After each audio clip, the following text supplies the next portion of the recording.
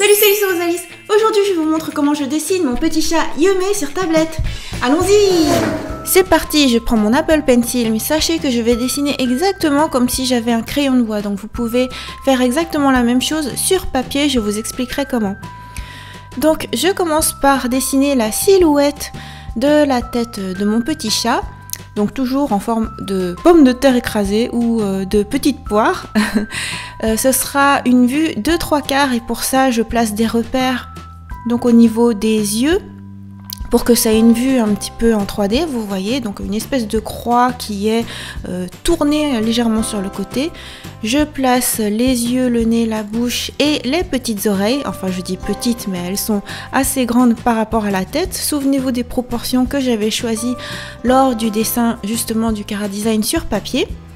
Donc voilà, je trace un peu grossièrement toutes les surfaces.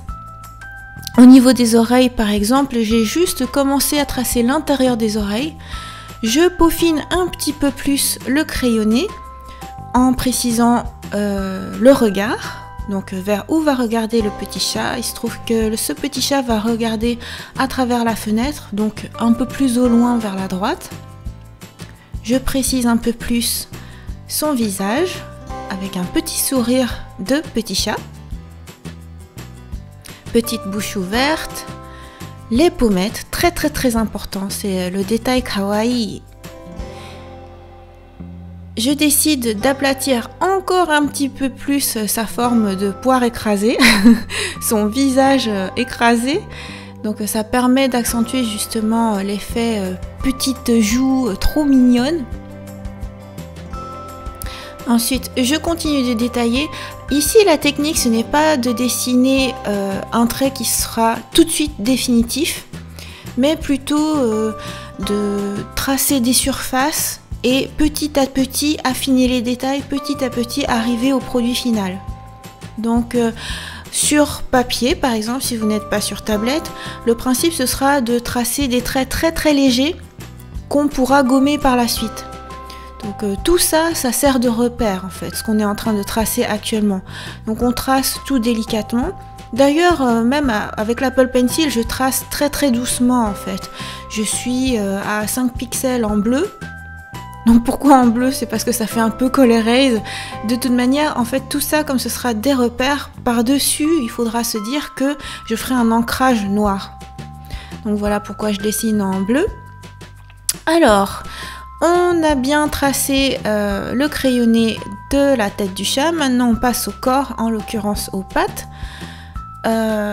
Donc il y a le petit nœud papillon, les deux pattes avant. Je décide de faire une petite patte qui donnera un air je suis en train de réfléchir. Donc une petite patte pliée légèrement vers la bouche. Et ensuite je trace le reste du corps, sachant que les pattes arrière, vous savez, c'est un peu plus proéminent, il y a un effet cuisse, voilà, un effet un peu joufflu, disons dodu, voilà. Ensuite, la petite queue, j'aime bien donner une forme un peu en courbe, un peu comme un point d'interrogation à vrai dire. Voilà, je redétaille un peu plus le petit derrière. Voilà, avec le bout des pattes tout mignon, tout minuscule. Le principe, voilà, c'est des proportions grosse tête, petite patte. Les mini moustaches. Je prends du recul pour vérifier que les proportions me conviennent. Et là, je me dis, cette patte, je pense que ce serait plus sympa si c'était de l'autre côté. De sorte que la patte droite du chat, donc sa patte droite, soit à plat et ce sera plutôt sa patte gauche qui sera proche de la bouche. À se dire, mais j'ai une idée. Donc voilà, je retrace donc les petites pattes. Ça permet aussi de mieux voir l'avant du corps. Donc le buste du chat. On verra mieux aussi le nœud. Et voilà, c'est là que se situera sa petite patte.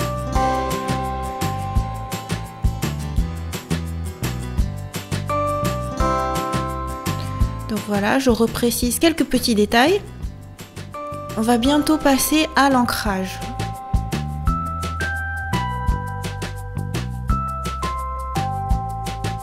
Ici, c'est le final du croquis. Je me dis, je vais finir de tracer les détails qui me seront utiles pour l'ancrage. Par exemple, pour l'étoile, à chaque fois, je trace l'étoile à la volée. Mais là, je me dis, je vais tracer toutes les branches de l'étoile. Comme ça, pour l'ancrage, ce sera sûr que ce sera bien équilibré. Je prends du recul, toujours prendre du recul par rapport à son dessin. Vérifier que tout convient bien. Ce petit chat sera sur un coussin moelleux. Donc je commence à tracer le coussin en prenant en compte que le chat a un certain poids, donc le coussin va un petit peu se ramollir au centre. Donc je fais quelques tracés pour modéliser les plis sur le coussin.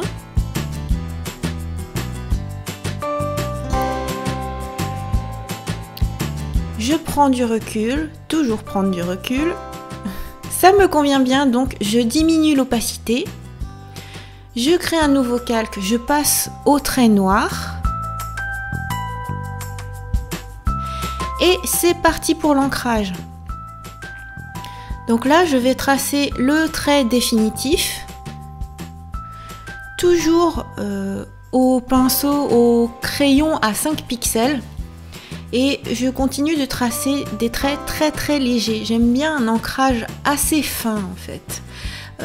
Ici, ici le style de dessin, ce sera un line art assez léger, assez doux et des couleurs plutôt pastel. Voilà, c'est le style de Yume.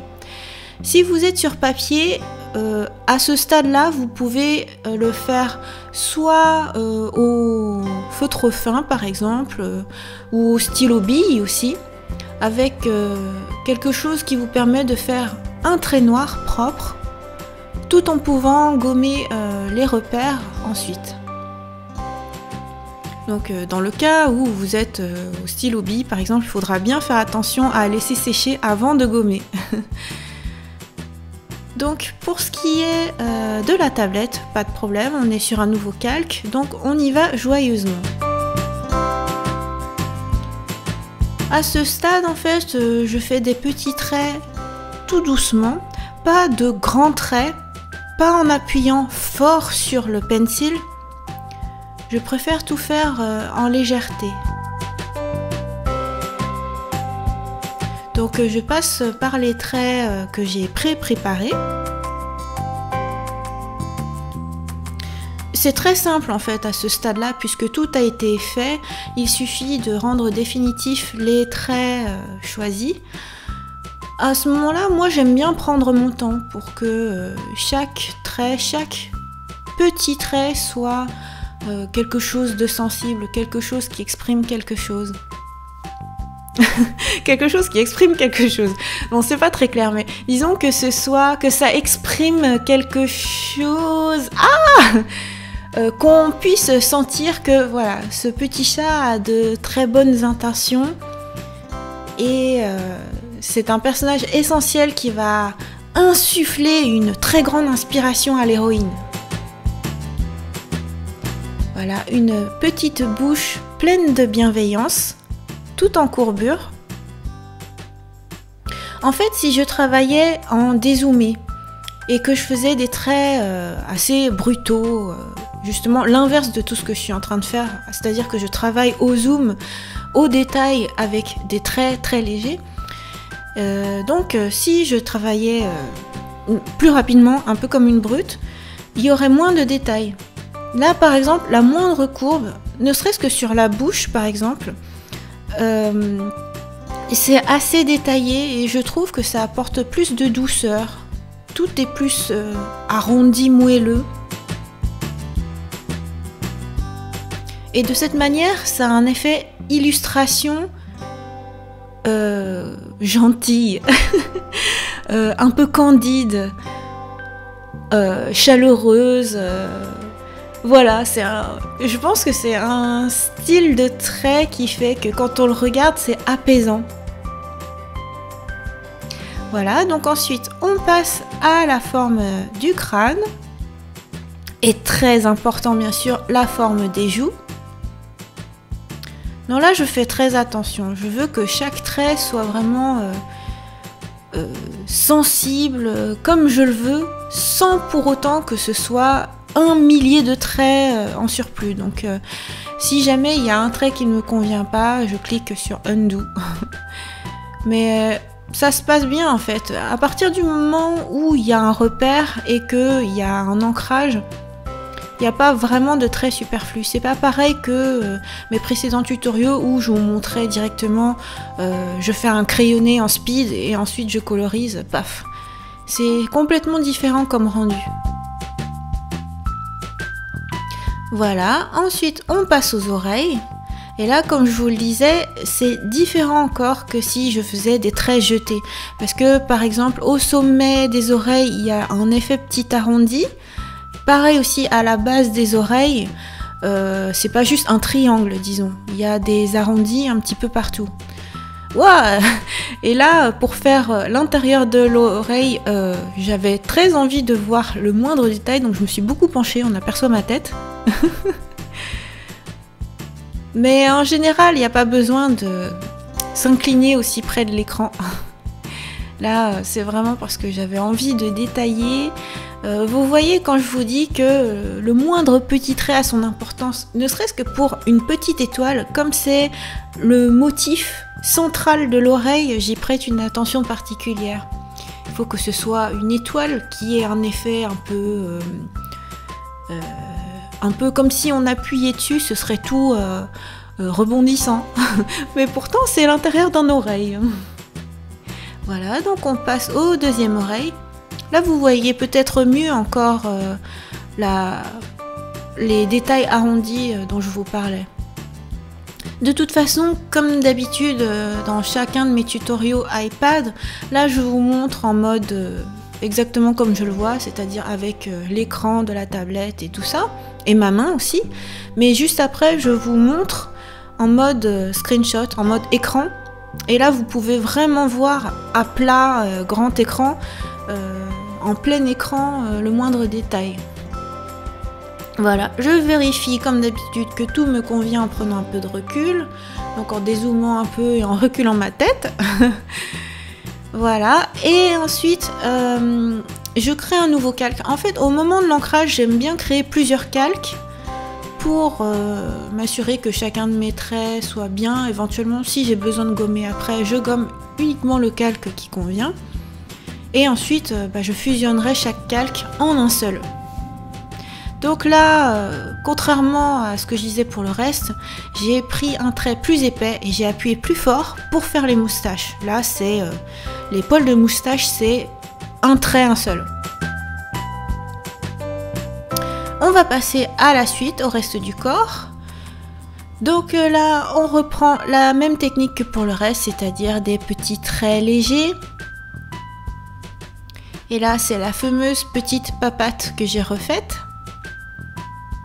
En fait, le style que j'ai choisi pour ce petit chat, c'est pas du tout un style réaliste, mais plus un style manga mignon, jeunesse. Donc ce sera pas des pattes réalistes, mais plutôt quelque chose de tout petit, minuscule, tout mignon, juste qui suggère ce que c'est sans que ce soit qu'on voit vraiment tout, quoi, genre les griffes, les articulations, tout. Ici c'est suggéré. Voilà, donc la petite papate en quelques coups de crayon est déjà terminée. On passe au nœud papillon, très important le nœud papillon, avec l'étoile qui rappelle le motif principal de Yume. Donc vous vous souvenez pourquoi est-ce que je mets autant d'étoiles? C'est parce que c'est pour rappeler un peu l'effet étoile filante. Vous savez, les étoiles filantes, quand on en aperçoit, on peut faire un vœu et espérer que ce souhait soit réalisé. Et bien ici, ce personnage Yume est un peu comme une étoile filante. C'est un peu un guide. Une petite lumière qui fait qu'on va prendre le bon chemin pour réaliser ses rêves. Donc voilà, la petite étoile au centre du nœud papillon. C'est un petit chat élégant. Donc voilà, même pour le nœud, en fait, je trace aussi quelques petits traits au centre pour montrer que c'est un nœud soyeux, moelleux, avec un effet un peu volanté. Ensuite, l'autre petite papate, qui donc finalement est posée gentiment au sol. Là encore, en à peine quelques petits traits, c'est terminé. Mais le principe, c'est que le corps du chat est tout moelleux, tout rebondi. C'est-à-dire que tout sera légèrement courbé. Donc par exemple, vous voyez que même la patte qui est juste posée au sol, c'est pas deux traits droits et voilà. En fait, il va y avoir un effet, on va entreapercevoir les muscles, la chair qui est toute moelleuse. Donc voilà, tout faire en courbe, en légèreté. Pareil pour le petit derrière. Le petit derrière, c'est très mignon, enfin c'est très important. Au Japon, on dit oshiri kawaii.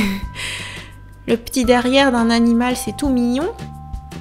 Voilà, donc la petite cuisse qui est bien rebondie. Je vérifie que tout me convient. Voilà, ne pas hésiter à dézoomer, rezoomer pour vérifier que les proportions sont correctes. Même s'il y a le repère, c'est toujours bien de vérifier que tout va bien. Ensuite, la petite queue. Alors pour la queue, j'ai décidé de faire une courbe quasiment en un seul trait. Bon alors, pour un côté c'est en un seul trait et ensuite pour le deuxième ce sera quelques petits traits. Parce que donc là ce sera... vous savez, la courbe un peu en point d'interrogation. Et voilà, c'est déjà terminé pour le line art, mais ce n'est pas fini. Et voilà pour le line art, c'était super facile, non? On est donc passé du tutoriel de Yume sur papier au crayon de bois au tutoriel sur iPad Pro. La prochaine fois, on va le mettre en couleur, bien sûr.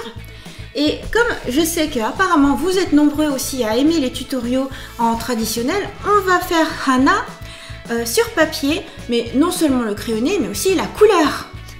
Donc voilà, tanoshimi desu. Enfin, je vous montrerai une autre illustration vraiment extraite de mon prochain livre. Il s'agit de Hana sur tablette. En parlant de Hana, avez-vous remarqué, ça y est, l'identité visuelle de mon site, de partout a changé. Parce que sur mon site web, donc rosalys.net, désormais vous trouvez Hana, dont vous avez vu la vidéo de speed painting. Sur Facebook aussi, sur Twitter, enfin bref, partout, c'est devenu vraiment mon affichage, mon icône, mon avatar, partout. Du coup, vous savez d'où ça vient, vous avez même vu comment je l'ai fait. Et même ma carte de visite. Yay! Voilà, donc Hana, c'est devenu la nouvelle image Rosalys. Et voilà pour cette vidéo, j'espère que ça vous a plu. Je vous donne rendez-vous mardi prochain pour une nouvelle vidéo de tutoriel de dessin. Et pour les autres types de vidéos, comme d'habitude, tous les jours sur ma chaîne. Bye bye!